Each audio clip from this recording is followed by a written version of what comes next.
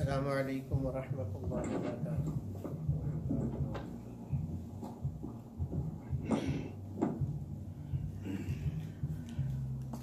الحمد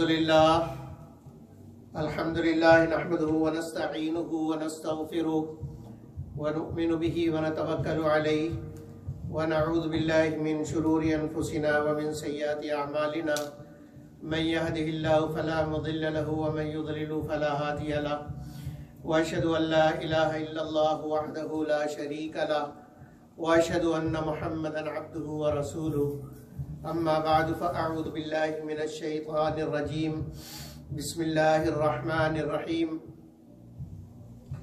اهدنا الصراط المستقيم صراط الذين انعمت عليهم غير المغضوب عليهم ولا الضالين آمین۔ صدق اللہ العظیم۔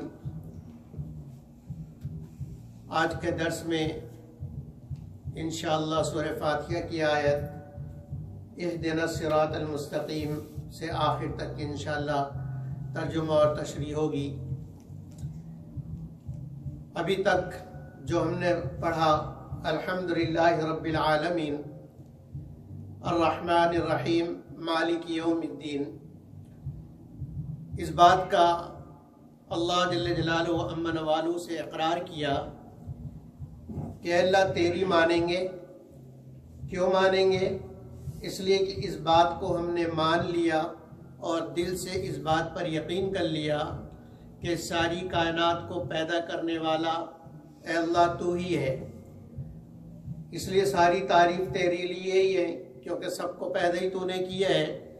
جس کے اندر جو صلاحیت، جو قوت، جو طاقت ہے اے اللہ وہ تو نے دی ہے، کسی کی اپنی ذاتی چیز نہیں ہے، سب اللہ کی طرف سے عطا کی ہوئی ہے۔ رب العالمین کہ ہر چیز کو زیرو سے شروع کر کے، ابتدا سے شروع کر کے اور پھر رفتہ رفتہ اللہ جل جلالہ و امن والوں نے اس چیز کو کمال تک پہنچایا۔ بچے کو نطفے سے بنا کر کڑیل جوان بنایا، تو رفتہ رفتہ اس کی تمام ضروریات کو پوری کرتے کرتے کرتے اس کو حد کمال تک اے اللہ تو نہیں پہنچایا۔ اور العالمین میں یہ اقرار کیا کہ سارا عالم کی کوئی چیز ایسی نہیں جو تیری قدرت سے باہر ہو، ساری چیزوں پر تیری قدرت ہے اور تجھے سب پر طاقت اور قوت حاصل ہے، کیونکہ مختار، مالک، متصرف اللہ تو ہی ہے۔ متصرف کا مطلب جب چاہے جس طرح چاہے اس کو پھیر دے۔ آگ جلاتی ہے، اللہ چاہے تو آگ کے اندر سے جلانے کی صلاحیت کھینچ لے، اس کو کہتے ہیں متصرف۔ سب کو آگ جلا رہی، ابراہیم علیہ السلام کو نہیں جلا رہی، پانی سب کو ڈبا رہا، موسیٰ علیہ السلام کو نہیں ڈبا رہا۔ اسی طریقے سے اللہ جل جلالہ و امن والو متصرف ہے کہ جس چیز کو چاہے جیسے چاہے تبدیل کر دے۔ اللہ کو تبدیل کرنے کے لیے کسی قوت اور طاقت، کسی حمایت کی ضرورت نہیں۔ تو یہ ہم نے تسلیم کیا العالمین میں، اور پھر الرحمن الرحیم میں اس بات کو تسلیم کیا اور اقرار کیا کہ اللہ تیری ذات ہی وہ ہے جو جس نے ہم پر رحم کیا اور رحم کر کے اے اللہ ہمیں وجود عطا فرمایا، اور آپ کی ہی طاقت ہے۔ آخرت قیامت کے دن جب سارے نامہ اعمال کو دیکھا جائے گا اور حساب کتاب ہوگا، تو اس وقت اے اللہ اس دن کا مالک تو ہی ہے، تو جس طرح چاہے کر سکتا ہے۔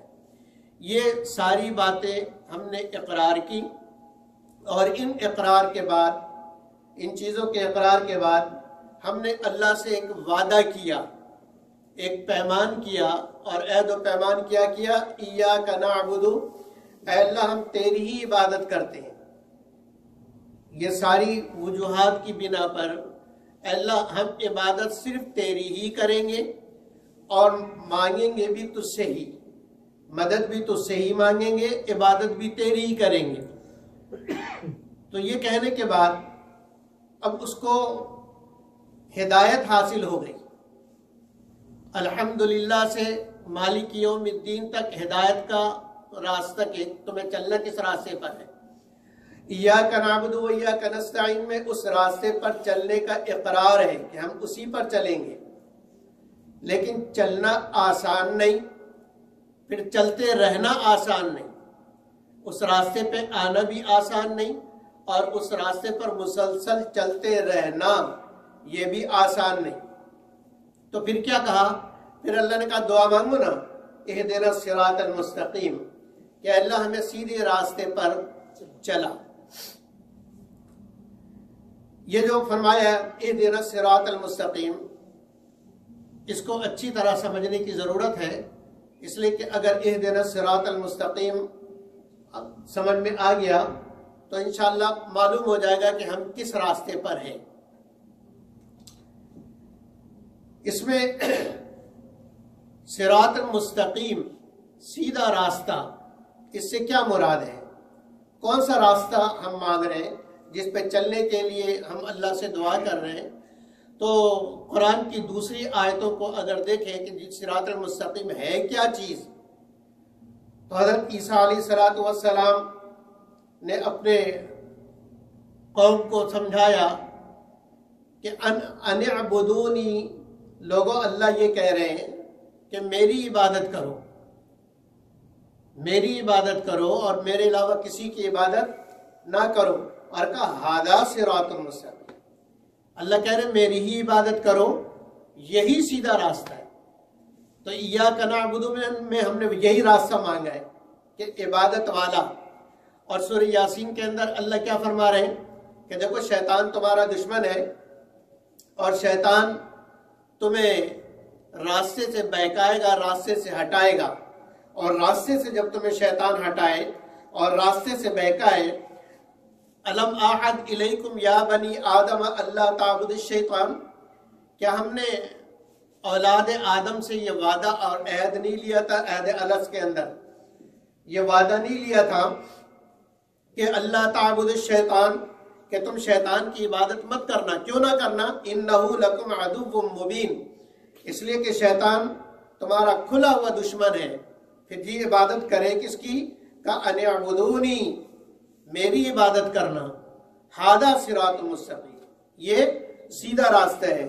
اور عیسیٰ علیہ السلام نے کیا کہا تھا؟ ان اللہ ربی و ربکم فاعبدوا، ان اللہ ربی و ربکم فاعبدوا، میرا رب بھی اللہ ہے اور تمہارا رب بھی اللہ ہے، فاعبدوہ، تو اسی اللہ کی عبادت کرو، تو اسی اللہ کی عبادت کرو، ھذا صراط مستقیم، یہی سیدھا راستہ ہے۔ تو صراط مستقیم سے یہاں مراد متعین ہو گئی، پتہ چل گیا کہ صراط مستقیم سے مراد یہ ہے کہ وہ راستہ جو اللہ کی عبادت کا راستہ ہو، اللہ کو راضی کرنے والا جو راستہ ہے اس کو صراط مستقیم کہتے ہیں۔ ایک معنی تو یہ کہ اس سے عبادت مراد لیا جائے کہ اللہ کی عبادت، دوسرا معنی اس سے مطلق راہ حق مراد لیا جائے۔ کیا مراد لیا جائے؟ راہ حق مراد لیا جائے کہ اے اللہ ہمیں سیدھے راستے پہ یعنی حق راستے پر چلا، اور حق راستے سے مراد دین اسلام ہے، حق راستے سے مراد دین اسلام ہے۔ اس لیے کہ علماء یہ فرماتے ہیں والمراد بہ طریق الحق، کہ ایک صراط مستقیم سے مراد صحیح راستہ، وہو ملت الاسلام، اور صحیح راستہ ملت اسلام ہے۔ تو اب اس کا مطلب کیا ہو جائے گا کہ اسلام کے سارے احکامات پر چلنے کے لیے ہم اور آپ دعا کر رہے ہیں اہدنا الصراط المستقیم۔ ایک تو عبادت مانگی کہ اللہ جو عبادت کا راستہ الحمد سے لے کے ابھی تک آپ نے ہمیں بتایا، جس کا ہم نے اقرار کیا، اے اللہ اس عبادت کے راستے پر ہمیں قائم و دائم فرما۔ اور دوسرا معنی کے اعتبار سے اگر صراط مستقیم سے مراد دین اسلام، ملت اسلام لیا جائے تو اہدنا الصراط المستقیم کے اندر ہم یہ دعا کر رہے ہیں کہ اللہ سارے اسلام پہ چلنے کی توفیق عطا فرما۔ اور اسلام نام ہے عبادات، معاملات، اخلاقیات، معاشرات، سیاسیات، ان سب کا نام اسلام ہے۔ تو اب اس کا کیا مطلب ہے کہ اے اللہ ہر معاملے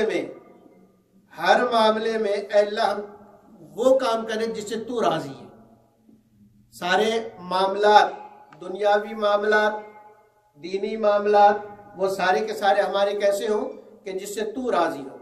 تو اہدنا الصراط المستقیم سے یہ معنی مراد لیا گیا کہ اس سے مراد راہ حق ہے، اور راہ حق یہ ساری چیزیں ہیں، کیونکہ سورہ انعام میں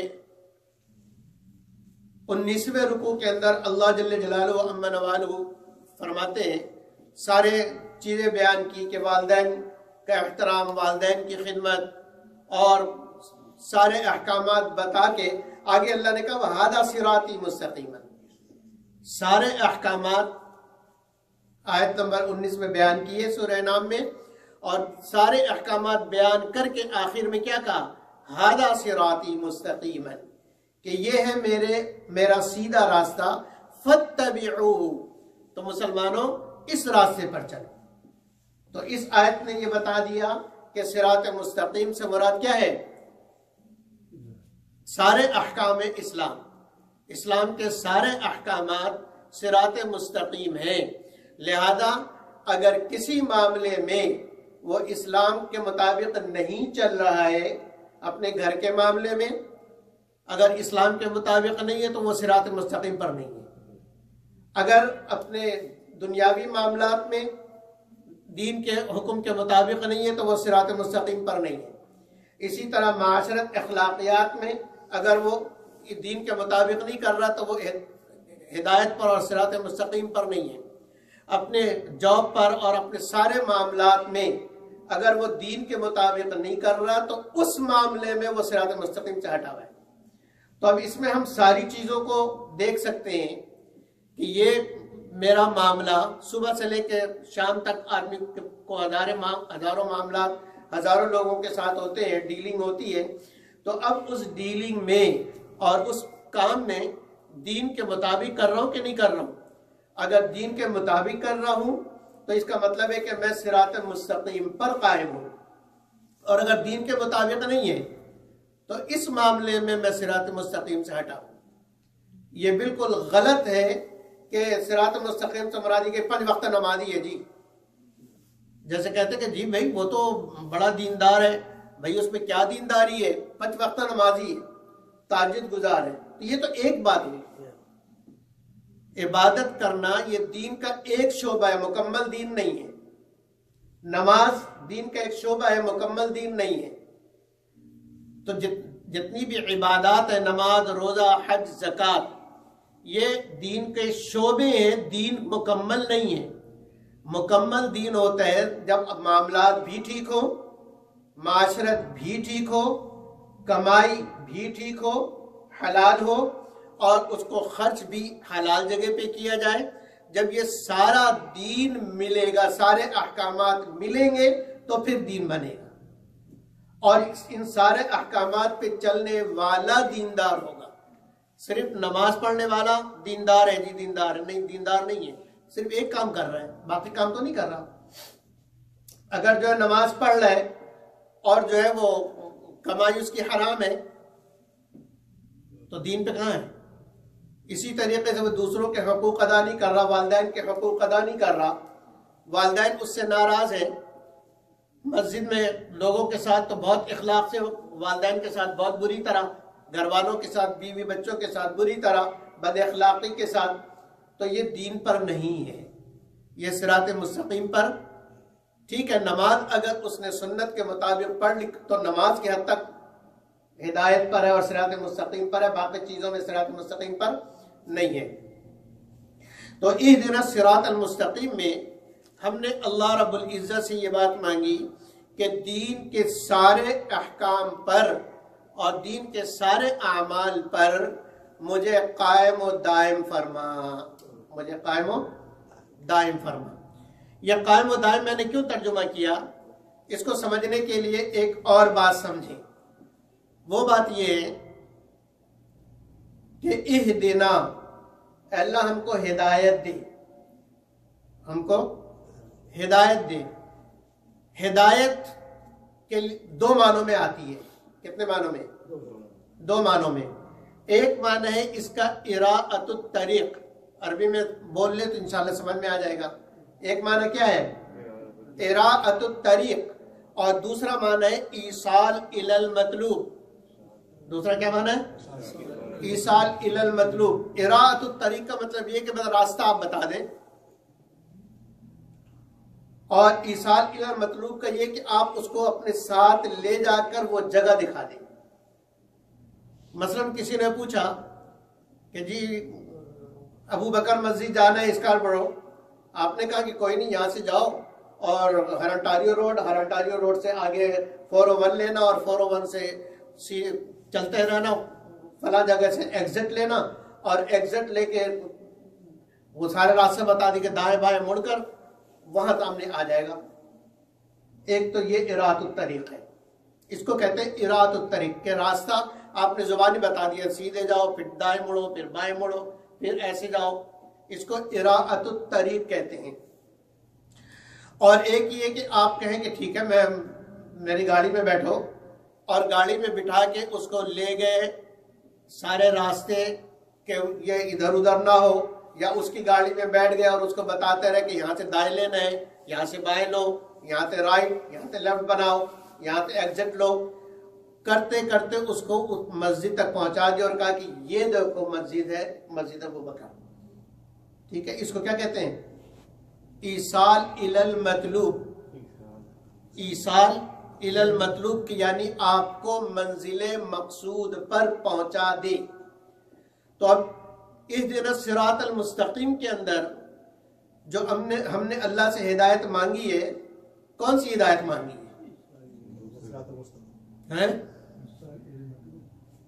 اس لیے کہ اگر اس سے مراد اراءۃ الطریق ہو تو اراءۃ الطریق میں تو آدمی کے گمراہ ہونے کا خطرہ ہے کہ آپ کو راستہ بتا دیا لیکن آپ غلطی سے دائیں طرف مڑ گئے تو جتنا آپ چلتے چلے جائیں گے منزل سے دور ہوتے چلے جائیں گے.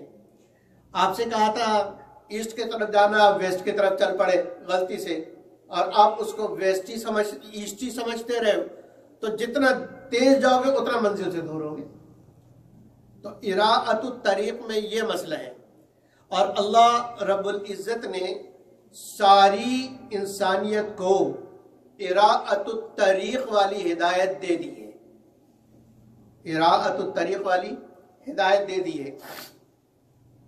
هل اتى على الانسان حين من الدهر لم يكن شيئا مذكورا انا خلقناه من نطفة امشاج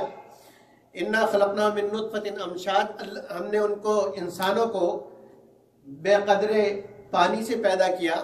اور پھر آگے اللہ فرماتے ہیں کہ ہدیناہم، ہم نے ان کو راستہ بتا دیا، اما شاکرا و اما کفورا، کہ دیکھو یہ دو راستے ہیں، یہ نیک لوگوں کا راستہ ہے، شکر گزاروں کا راستہ ہے، اور یہ ناشکروں کا راستہ ہے. ٹھیک ہے، ان ہدیناہ السبیل اما شاکرا و اما کفورا، کہ ہم نے راستے بتا دیے کہ اب تمہاری مرضی ہے کہ یہ دو راستے ہیں، یہ شکر والوں کا، یہ ناشکروں کا یعنی کافروں کا. اب چھوڑ دیے کہ تم کس راستے پہ چلتے ہو، اب تمہاری مرضی ہے کہ تم کون سا راستہ استعمال کرتے ہو. تو اللہ رب العزت نے ساری قوموں کو یہ راستے بتائے تھے، اس لیے کہ یہ اللہ کی رحمت کے خلاف ہے کہ اللہ دنیا کے اندر بھیج دے، امتحان کی جگہ بھیج دے، اور اللہ نے اس کو رہنمائی نہ کی ہو. یہ اللہ کے رحم کی کیا ہے؟ خلاف ہے.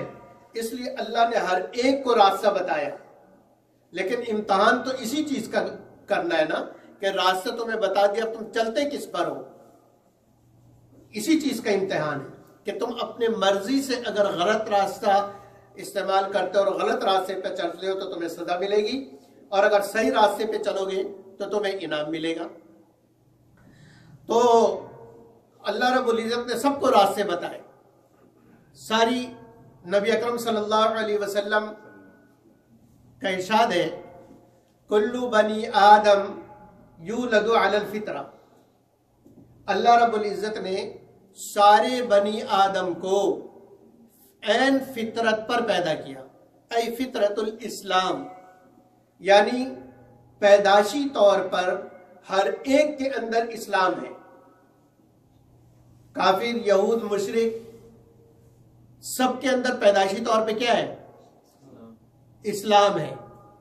فَأَبَوَاهُ يُهَوِّدَانِهِ أَوْ يُنَصِّرَانِهِ أَوْ مَجُوسِيَانِهِ، پھر اس کے والدین اس کو یا تو یہودی بنا دیتے ہیں، یا نصرانی بنا دیتے ہیں، یا مجوسی بنا دیتے ہیں. تو اب اگر وہ بیج اور وہ ہدایت جو اللہ نے پیدائشی طور پہ انسان کو دی تھی، اگر اس کی صحیح نشوونما ہوئی تو وہ ہدایت پہ رہے گا اپنے اسی بیج کی وجہ سے. لیکن اگر جیسے بیج، کسان بیج ڈالتا ہے، اگر وہ بیج صحیح پڑ جائے اور صحیح نشوونما اس کی ہو، پانی بھی صحیح ملے، ماحول بھی صحیح ملے، وقت پہ بارش ملے، وقت پہ پانی ملے، وقت پہ سردی ملے، وقت پہ گرمی ملے، تو یہ پھلدار درخت بنے گا. لیکن اگر وہ دانہ ڈالا لیکن وہ سڑ گیا، تو اس دانے کے اندر تو وہ صلاحیت موجود تھی بڑے درخت بننے کی، لیکن ماحول نے اس کو گلا کے ختم کر دیا. ایسی انسان کو جو اللہ نے پیدا کیا، وہ ہدایت پر پیدا کیا تھا، چاہے وہ یہودی کے یہاں پیدا ہوا یا نصرانی کے یہاں پیدا ہوا یا کسی بھی کافر کے یہاں پیدا ہوا وہ مسلمان.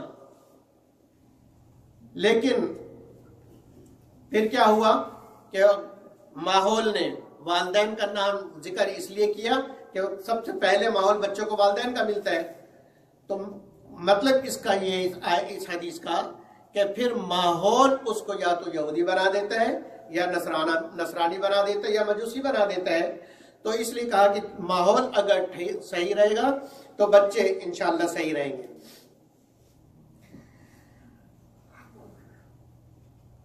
اب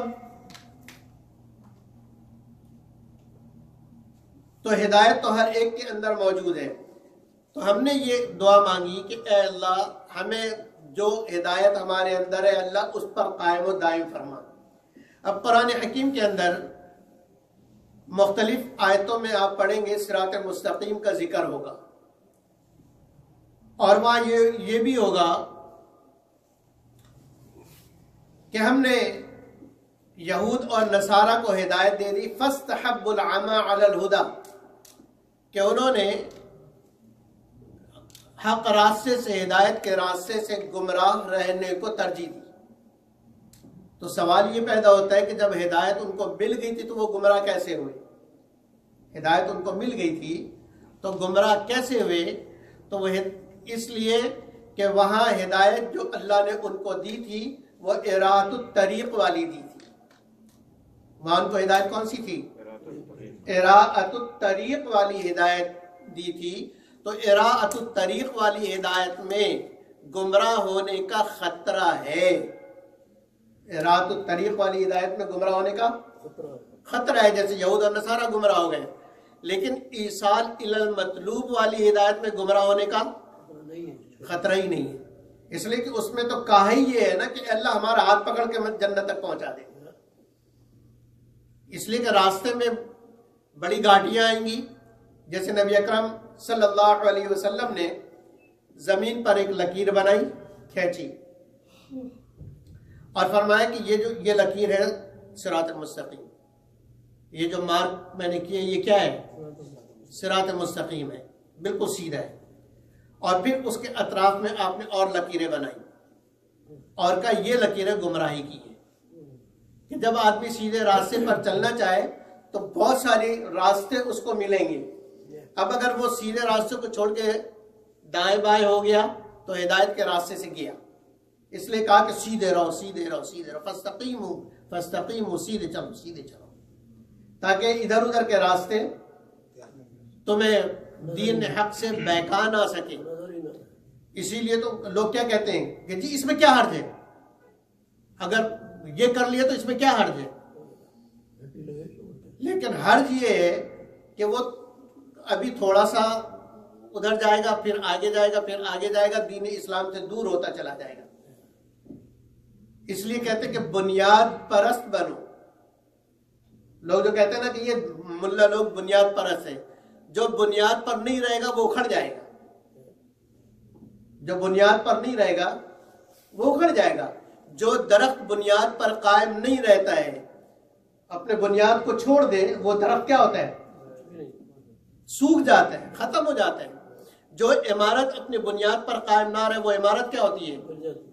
گر جاتی ہے۔ ایسے ہی اگر ہم اپنی بنیاد پر قائم نہیں رہیں گے تو یہ جو راستے ادھر ادھر کے راستے ہیں نا، یہ ہمیں دین حق سے بہت دور کر دیں گے، ٹھیک ہے؟ اور شیطان انسان کا بھیڑیا ہے، اور بھیڑیا کا کام ہی شکار کرنا ہے، تو شیطان انسان کا شکار کرنے کے لیے تیار بیٹھا ہے، ذرا سا رائے حق سے ہٹا اور وہ شکار کرتا ہے۔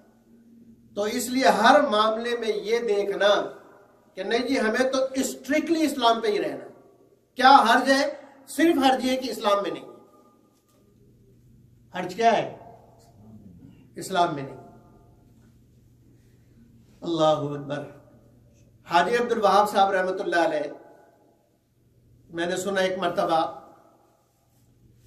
بڑی عجیب بات کی انہوں نے، عربوں میں بات کر رہے تھے اور انہوں نے فرمایا کہ تم عربوں کے ساتھ تمہارے دشمنوں نے جو کھیل کھیلا ہے نا، وہ تمہارے دشمنوں نے سب سے پہلے کھیل یہ کھیلا ہے کہ تم سے تمہاری زبان چھینی،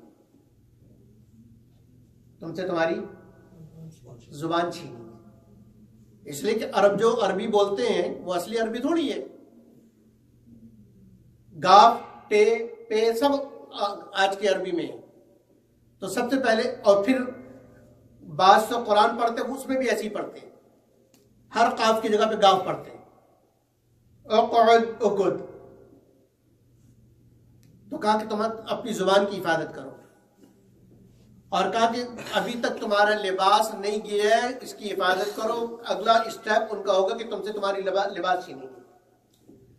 اور پھر انہوں نے فرمایا کہ کسی بھی قوم کے زوال کے لیے جب قوم کا زوال آتا ہے تو سب سے پہلے اس کا کلچر اس سے چھینا جاتا ہے،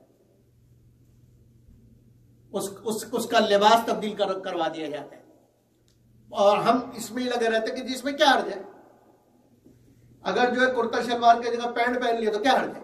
کوئی حرج نہیں ہے، کوئی حرج نہیں ہے۔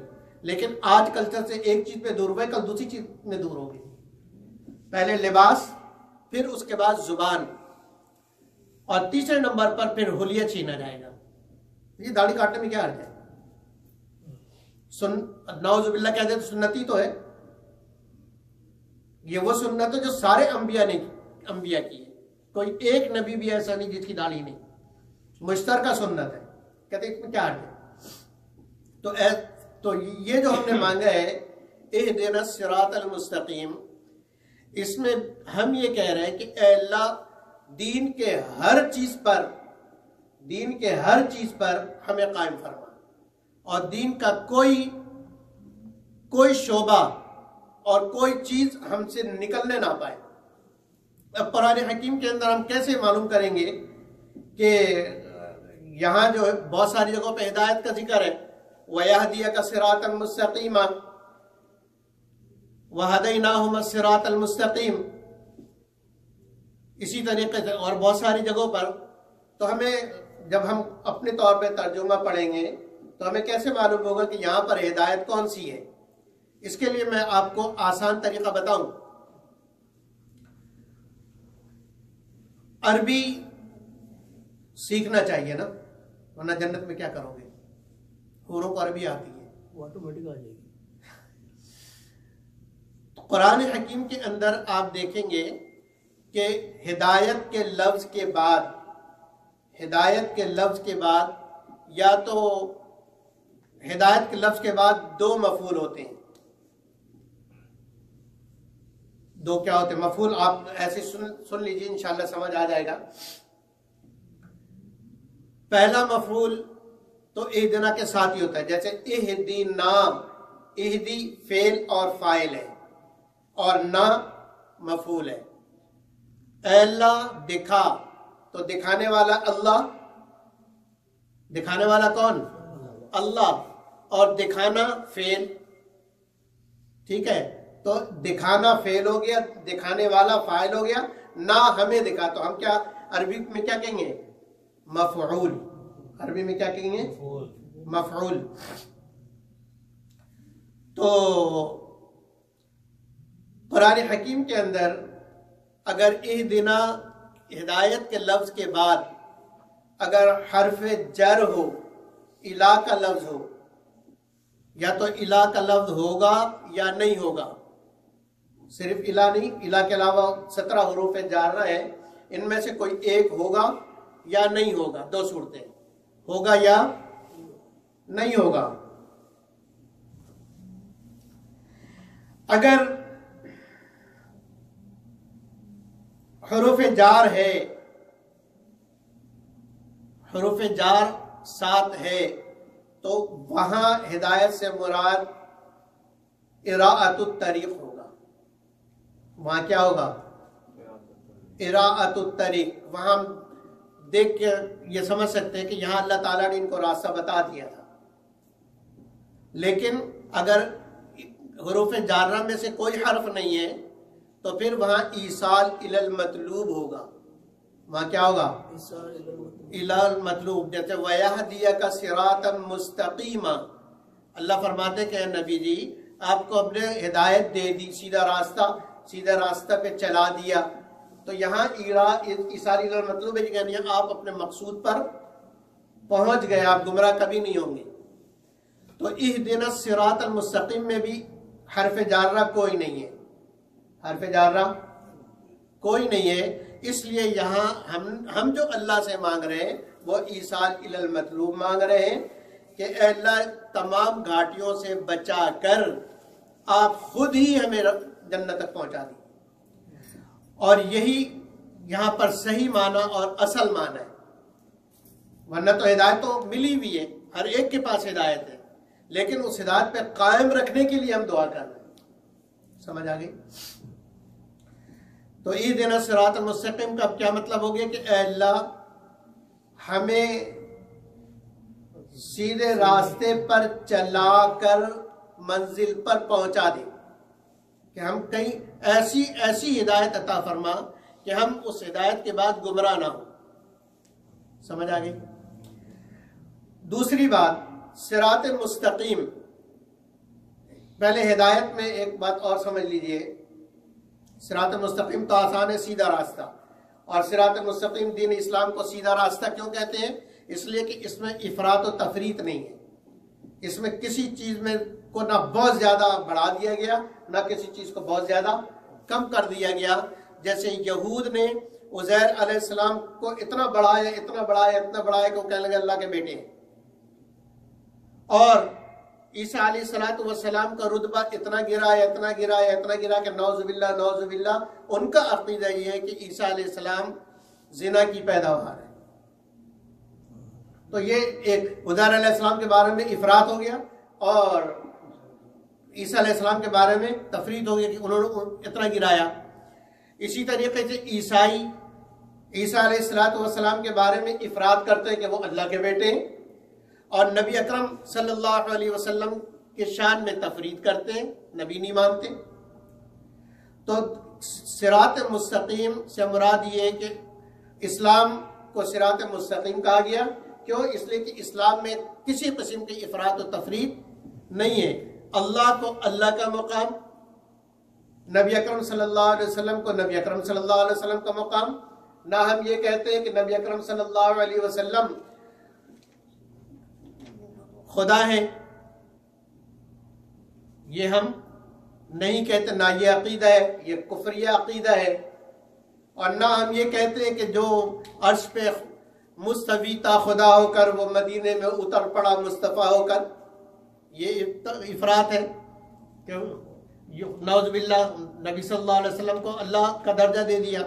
تو ہم کیا کہتے ہیں کہ اللہ کے نبی صلی اللہ علیہ وسلم سب سے اونچے مقام والے، لیکن بعد از خدا بزرگ تو یہ قصہ مختصر کہ اللہ کے بعد جو سب سے بڑی ہستی ہے وہ آپ کی ہے، لیکن اللہ کے بعد نہ اللہ کے ساتھ نہ اللہ سے اوپر، اللہ کے بعد. تو اللہ کے بعد جو ہستی ہے وہ ہستی کون سی ہے؟ نبی صلی اللہ علیہ وسلم. اگلی بات ہدایت کو سمجھے کہ ہدایت کسے کہتے ہیں. وہ تو پتہ چل گیا راستے پہ چلنے کو مانگنا. ہدایت کی دو قسمیں ہیں. کتنی قسمیں؟ دو قسمیں.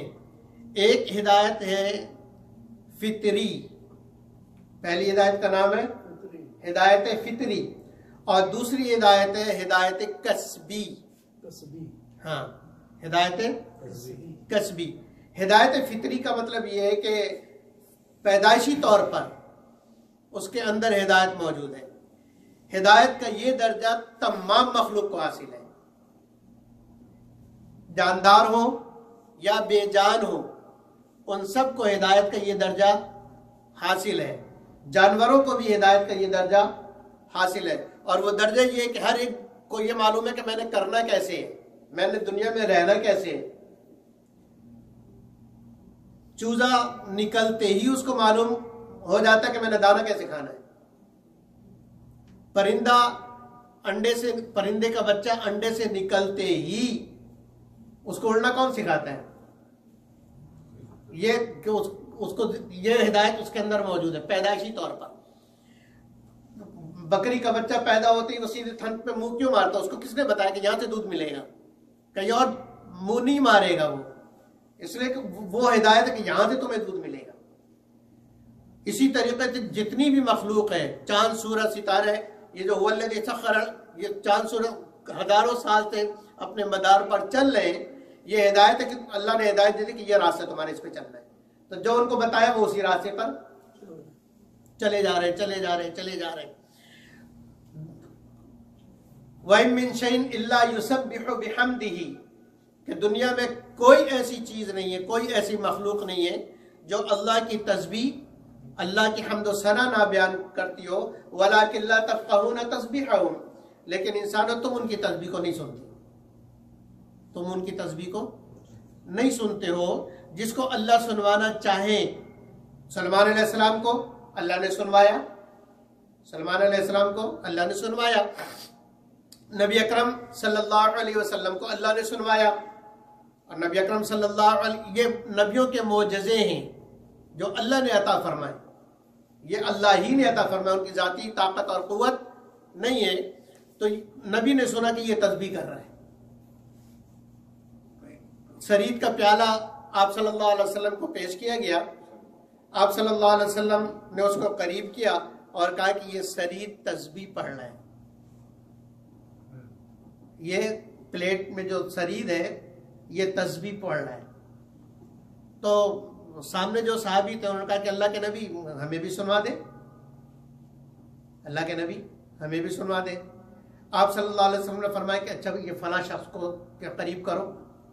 انہوں نے وہ پیالہ اس کے قریب کیا، انہوں نے کہا میں بھی سن رہا ہوں، یہ کھانا تسبیح پڑھ رہا ہے. آپ صلی اللہ علیہ وسلم نے پھر تیسرے کے قریب کیا، اس نے بھی کہا ہاں میں سن رہا ہوں. چوتھے کے قریب، کئی لوگوں، کئی صحابہ کے قریب کیا، سب نے اس کی تسبیح سنی، سب نے اس کی تسبیح سنی.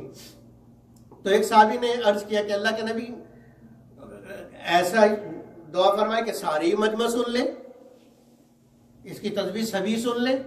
تو آپ صلی اللہ علیہ وسلم نے فرمایا کہ نہیں، اس لیے کہ اگر کسی کو آواز نہیں آئی اور وہ یہ کہے کہ نہیں میں نے تو نہیں سنی، تو لوگ اس کو منافق سمجھنے لگیں گے کہ مسلمانوں نے تو سن لیا لیکن منافق کو آواز نہیں آئی، تو لوگ اس کو منافق سمجھنے لگیں گے. یہ نبی اکرم صلی اللہ علیہ وسلم کی حکمت ہے، اور یہ حکمتیں اللہ رب العزت نے ائمہ کو بھی عطا فرمائی. ایک مجلس میں امام ابو حنیفہ رحمۃ اللہ علیہ، بڑا مجلس لگی ہوئی تھی، درس ہو رہا تھا. اس درس میں کسی کی ہوا خارج ہو گئی، اس کا وضو ٹوٹ گیا. اب وضو ٹوٹ گیا تو ایک تو امام صاحب یہ کہتے ہیں کہ بھائی جس کا وضو ٹوٹ گیا وہ جائے وضو کر کے آئے. اب اگر اس وقت کوئی اٹھ کے جاتا تو لوگ اس کو عجیب عجیب سی نظروں سے دیکھتے، ایسا ہی ہے نا. یا اگر وہ اٹھ کے نہیں جاتا تو بے وضو پڑھتا رہتا، بے وضو پڑھنا بھی ٹھیک نہیں. اب اس کو اٹھانا بھی ہے کہ وہ وضو کر لے اور کسی کو پتہ بھی نہ چلے. تو امام صاحب رحمۃ اللہ علیہ نے جو کتاب پڑھا رہے تھے اس کو انہوں نے بند کیا اور فرمایا کہ ایسا کرتے ہیں ہم سب وضو کرتے ہیں, تم میرا وضو بھی دیکھ لو تاکہ وضو بھی سیکھ لیں, ہم سب وضو کرتے ہیں. تو سب کو لے گئے وضو کرانے, تو اس کا پردہ رہ گیا. تو یہ حکمتیں ہیں کہ پردہ رہ جائے اور کسی کو پتہ نہ چلے, کام بھی ہو جائے. تو جس کا وضو ٹوٹا تھا اس کا وضو بھی ہو گیا اور پردہ بھی رہ گیا. تو یہ ہے فطری چیز کہ ہر ایک اللہ کی تسبیح پڑھ رہی ہے. نبی اکرم صلی اللہ علیہ وسلم جب بچپن میں سفر پہ چچا لے کر گئے تھے تو وہ جو راہب اپنے عبادت خانے سے دوڑتا ہوا آیا تھا اور نبی صلی اللہ علیہ وسلم کو ہر طرف سے دیکھتا رہا, اور پھر آپ صلی اللہ علیہ وسلم کو اپنے عبادت خانے میں لے گیا چچا کے ساتھ, اور پھر نبی صلی اللہ علیہ وسلم کے پیچھے جو محمد الرسول اللہ کا مہر تھی وہ اور ساری چیزیں دیکھتا رہا, اور پھر کہا کہ یہ آخری رسول بنے گا, اس کی حفاظت کرنا اور اس کو چھپا کے رکھو ورنہ یہود مار دیں گے, اس کو آگے نہیں لے جاؤ, پیچھے واپس جاؤ.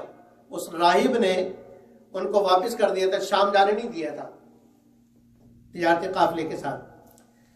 تو اس نے بتایا کہ میں نے اندازہ کیسے لگایا, اور لوگوں نے کہا کہ یہ راہب اپنے عبادت خانے سے نکلتا ہی نہیں ہے, یہ آج نکلا بہت دنوں کے بعد, اور سیدھے گیا محمد صلی اللہ علیہ وسلم کے پاس. تو اس نے کہا کہ میں نے اس لیے کہ میں اندر سے دیکھ رہا تھا کہ یہ بچہ جس درخت کے پاس سے گزرتا ہے وہ درخت سجدہ کر رہا ہے, اور پتھر جو خطرناک پتھر زخمی کرنے والے وہ خود بخود ہٹتے ہیں, اور پتھر الصلاۃ والسلام علی رسول اللہ کے الصلاۃ والسلام علیک یا رسول اللہ, پتھر کہہ رہے ہیں الصلاۃ والسلام علیک یا رسول اللہ, اور درخت کہہ رہے ہیں الصلاۃ والسلام علیک یا رسول اللہ. درخت پتھر اس وقت بھی جانتے ہیں کہ یہ اللہ کا نبی ہے جب نبوت کا اعلان ہی نہیں کیا تھا. تو یہ شعور ان میں کس نے ڈالا؟ یہ اللہ نے, یہ وہی والی ہدایت ہے جو اللہ نے ان کو دی ہے, یہ میرا نبی ہے. ان کو سمجھ آ گئی, پتہ چل گیا کہ یہ اللہ کا نبی ہے. پھر اس نے کہا کہ میں نے دیکھا کہ محمد یہ بچہ صلی اللہ علیہ وسلم جہاں سے گزرتا ہے بادل کا ایک ٹکڑا اس کے اوپر ہے, سارے مجمع پر دھوپ کی تپش, سارے قافلے پر دھوپ کی تپش ہے, لیکن ان کے اوپر بادل ہے تاکہ ان کو دھوپ نہ لگے. تو بادل ہزاروں میل دور وہاں سے کون لے کر آیا, اور کس نے بادل کو سمجھایا کہ اللہ کے نبی کی گرمی نہ لگے اس لیے نیچے جانا ہے.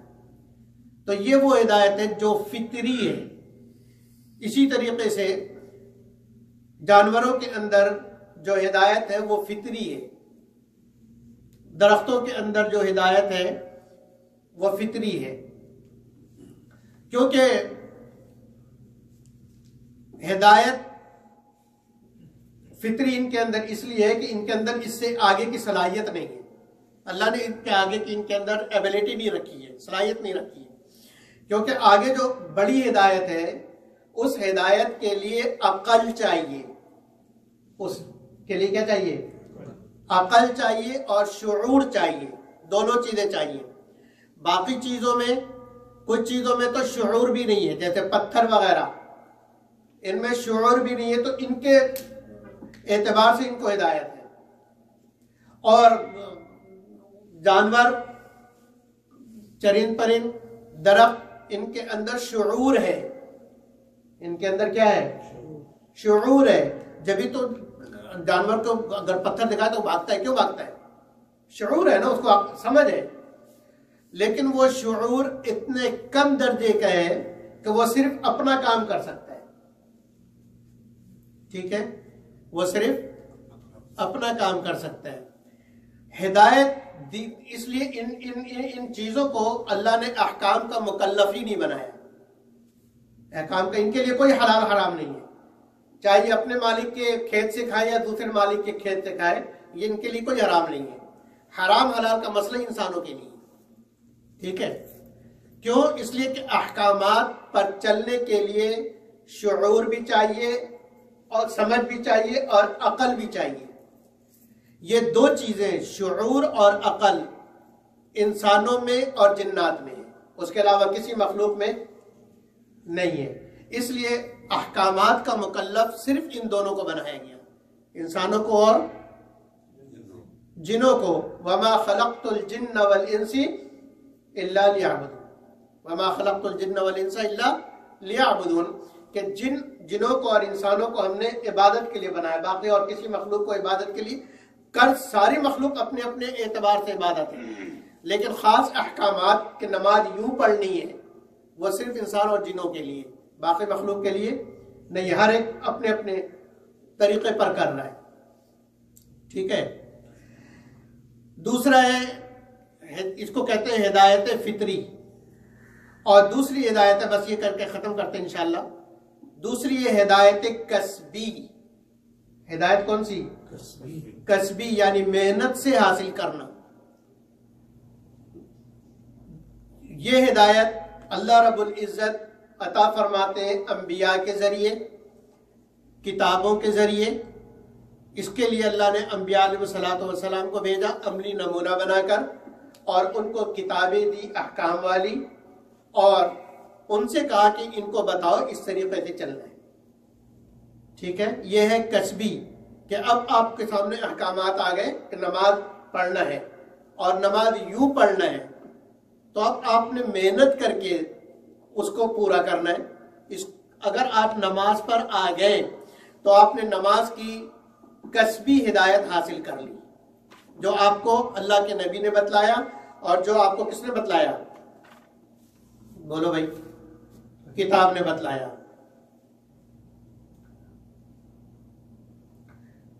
ہدایت کسبی کے 4 درجات ہیں. ہدایت کسبی کے کتنے درجات ہیں؟ 4 درجات ہیں. پہلا درجہ ہے انابت. پہلا درجے کا نام کیا ہے؟ انابت. انابت کا مطلب یہ کہ اللہ کی طرف رجوع کرنا اور ہدایت کو چاہنا. جو ہدایت پہ آنا چاہتا ہے، سیدھا راستہ چاہتا ہے، تو سب سے پہلے اس کے اندر داعیہ پیدا ہونا چاہیے. اس لیے کہ اللہ کہتے ہیں انلزمکموہا وانتم لہا کارہون، زبردستی ہم ہدایت تمہارے گلے میں ڈال دیں، تمہیں پسند ہی نہیں ہے تو ہم تمہیں ہدایت کیوں دیں؟ تو ہدایت پانے کے لیے سب سے پہلی چیز کیا ہے؟ انابت، چاہت. انابت کا کیا مطلب ہے؟ چاہت، کہ مجھے سیدھا راستہ مل جائے. اب یہ چاہت جنگل میں رہنے والے کو بھی کے دل میں بھی ہو سکتی ہے، بدھ کے پجاری کے کو بھی ہو سکتی ہے کہ ٹھیک ہے میں اتنے بتوں کو پوج رہا لیکن دل نہیں ماننا، دل مطمئن نہیں. ہدایت کا صحیح راستہ، صحیح دین کچھ اور ہے. اب وہ جو دل کے اندر اس کے داعیہ پیدا ہوا نا، اور وہ جیسے جیسے وہ پکا ہوتا جائے گا، اللہ تعالیٰ اس کے لیے ہدایت کا راستہ کھولتے جائیں گے، اسلام کا راستہ اس کے لیے کھلتا چلا جائے گا. اور بہت سارے ایسے واقعات میں کہ اپنے عبادت خانے میں برسوں برس سے وہ بدھ کی عبادت کر رہا تھا لیکن دل میں یہ مطمئن نہیں تھا. اللہ نے جو ہے وہ مسلمانوں کو بھیجا اور دریا بنے، وہاں جا کے اس کو کلمہ پڑھائے وہ مسلمان، اور کلمہ پڑھ کے اسلام لا کر اس کا انتقال ہوا، اس لیے کہ دل میں تڑپ تھی. ہزاروں واقعات ایسے ہیں کہ دل میں جب چاہت ہوگی، جیسے ایک صحابی کا واقعہ آتا ہے، جب وہ مدینہ منورہ آئے تو ان سے پوچھا کہ تمہیں کس نے بتایا؟ وہاں تک تو ابھی جماعتیں گئی نہیں ہیں جہاں سے تم آئے ہو. تو انہوں نے فرمایا، حیات الصحابہ میں یہ واقعہ موجود ہے، مولانا یوسف صاحب رحمۃ اللہ علیہ نے لکھا ہے کہ مجھے میرے بت نے دعوت دی ہے. جس بت کی میں عبادت کرتا تھا اور برسا برس سے میں اس بت کو پوج رہا ہوں، عبادت کر رہا ہوں، مجھے اس بت نے دعوت دی، اور اس بت نے مجھ سے یوں کہا کہ مدد الزمان وجاء زمان اہل مسجدی، کہ بھائی دیکھو بات یہ ہے کہ ہمارا بتوں کا زمانہ ختم ہو گیا، بتوں کا زمانہ ختم ہو گیا، یعنی جہالت کا دور گزر گیا، اب مسجد والے آ گئے. وجاء زمان اہل مسجد والوں کا زمانہ آ گیا. تو انہوں نے کہا کہ میں نے پوچھا کہ یہ مسجد والے مجھے ملیں گے کہاں؟ تو پھر بت نے کہا، بت سے آواز آئی کہ اس شہر میں ملیں گے جہاں کھجور ہوتے ہیں، جہاں کھجوروں کے درخت ہوتے ہیں وہاں ملیں گے. کہنے لگا میں تلاش کرتے کرتے کرتے کرتے پتہ نہیں کتنے ملکوں کا سفر کیا، اور کرتے کرتے جب میں یہاں پہنچا تو یہاں مجھے ہر طرف کھجور کے درخت نظر آئے، اس لیے میں یہاں آیا ہوں اور میں سمجھتا ہوں کہ آپ ہی اللہ کے سچے رسول ہیں. تو اب دل کے اندر تڑپ تھی، ہدایت کا ذریعہ کون بنا؟ بدھ بنا. ایسی کسی کی ہدایت کا ذریعہ جانور بنے، جانور کہ تم ابھی تک یہاں بھیڑیے بنے، بھیڑیے بنے. ایک شخص جو ہے اپنے جانور کو چرا رہا تھا، بھیڑیا نے اس کے جانور پر، بکریوں پر حملہ کیا، اس نے بھیڑیے کو پکڑ لیا. تو بھیڑیے نے کہا کہ تم ابھی تک بکریاں چرا رہے ہو، اور وہاں محمد صلی اللہ علیہ وسلم نے نبوت کا اعلان کیا، تم ان پر ایمان کیوں نہیں لاتے ہو؟ بھیڑیے سے پوچھا کہ کہاں ملے گا وہ محمد صلی اللہ علیہ وسلم، کہاں ملیں گے؟ بھیڑیے نے پتہ ایڈریس بتایا کہ مدینے میں ملیں گے. وہ پھر اپنی بکریوں کو، ایک روایت کے مطابق بکریوں کو اپنے جگہ پہ چھوڑ کے چل پڑا وہاں سے، اور ایک روایت میں کہ بکریوں سمیت آ گیا، کیونکہ اس کی ذاتی بکریاں تھیں، کسی کی چرانے والا چروا نہیں تھا، اپنی ذاتی بکریاں تھیں. تو بھیڑیے دعوت دے رہے ہیں کہ جاؤ ان پر ایمان لاؤ. تو جب آدمی کے دل کے اندر تڑپ ہوتی ہے، پہلا درجہ ہدایت کا پہلا درجہ ہے، تو ان لوگوں کے اندر ہدایت کا پہلا درجہ موجود تھا، انابت. اسی کو اللہ فرماتے کہ یہدی من یشاء ویہدی الیہ من ینیب، کہ اللہ تو ہدایت اس کو دیتے ہیں، ویہدی الیہ من اناب ویہدی الیہ من ینیب. دونوں قرآن کی آیت ہے کہ اللہ تو ہدایت اسی کو دیتے جس کے دل میں ہدایت کی چاہت ہو. ٹھیک ہے، اب یہ ہدایت تو ملی ہوئی. دوسرا درجہ ہدایت کا ہے راستہ پا لینا، دل کے اندر تڑپ، پہلی ہدایت. وہ ہدایت تک پہنچیں گے کیسے؟ یہ راستہ ہے. جیسے بت نے کہا کہ مدینے جاؤ، اور بھیڑیے نے کہا کہ مدینے جاؤ. ٹھیک ہے، تو یہ ہدایت کا کون سا دوسرا درجہ ہے کہ ہدایت راستہ پا لینا. جیسے ہمیں ہدایت کا دوسرا راستہ مل گیا، الحمدللہ سے لے کر نستعین تک جو ہم نے پڑھا، ہمیں ہدایت کا دوسرا راستہ بھی مل گیا، ہدایت کے دونوں راستے مل گئے. تیسری چیز ہے استقامت، کہ اب جو راستہ ملا ہے ایاک نعبد و ایاک نستعین میں جو ہمیں راستہ ملا ہے، اب ہم اللہ سے جو دعا کر رہے ہیں نا، وہ اس پر استقامت کی دعا کر رہے ہیں. ان الذین قالوا ربنا اللہ، جو لوگ یہ کہتے ہیں کہ اے اللہ ہم تجھ پر ایمان لائیں، تو تجھ پر ایمان لائیں، ہدایت مل گئی. آگے ثم استقاموا، پھر وہ اس پر قائم رہے. ایک بار کلمہ پڑھنے کے بعد پھر نہیں گئے، بلکہ اس کلمے پر قائم. ثم استقاموا، پھر اس پر موت تک قائم رہے. تو پھر یہ ہوگا کہ موت کے وقت فرشتے آئیں گے، اور جو ہے اس سے وعدہ ہے کہ جنت میں جو چاہو جاؤ، جنت تمہاری، جو چاہو تمہیں ملے گا. تو یہ ہدایت کا تیسرا درجہ ہے استقامت. اور ہدایت کا چوتھا درجہ، ہم اہدنا الصراط المستقیم میں تیسرا اور چوتھا درجہ مانگ رہے ہیں کہ اللہ اس پہ استقامت عطا فرما.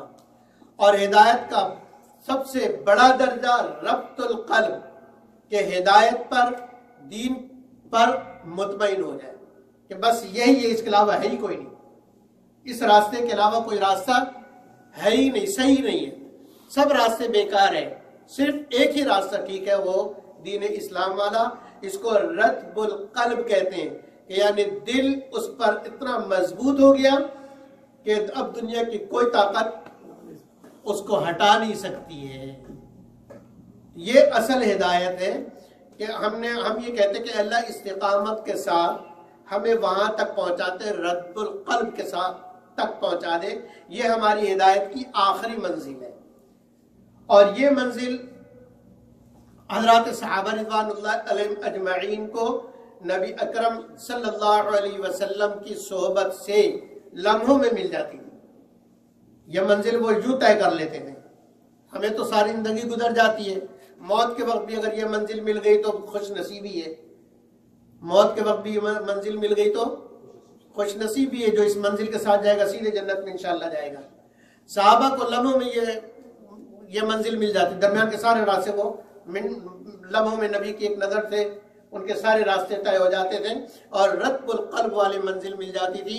یہی وجہ ہے کہ حضرت بلال رضی اللہ عنہ کا سارا جسم زخمی اور ان زخموں پر اور زخم، اور پھر ان زخموں کو جلایا جا رہا ہے اور اس پر انگارے رکھے جا رہے ہیں، لیکن جو دل اس کے اوپر جم گیا اب اس سے ہٹنے کے لیے تیار نہیں ہے۔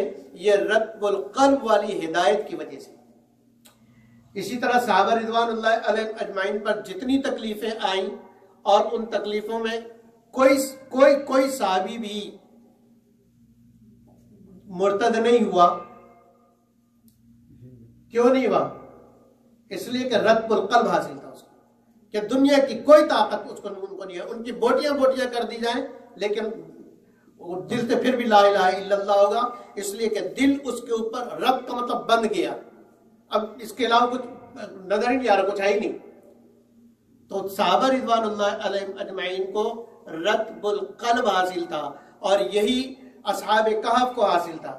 اسی وجہ سے وہ اپنا سب کچھ چھوڑ چھاڑ کے اور جو ہے وہ غاروں میں چلے گئے، اور اللہ کی جو مدد آتی ہے اور اللہ کی طرف سے جو درجات ملتے ہیں وہ اسی رتب القلب پر ملتے ہیں،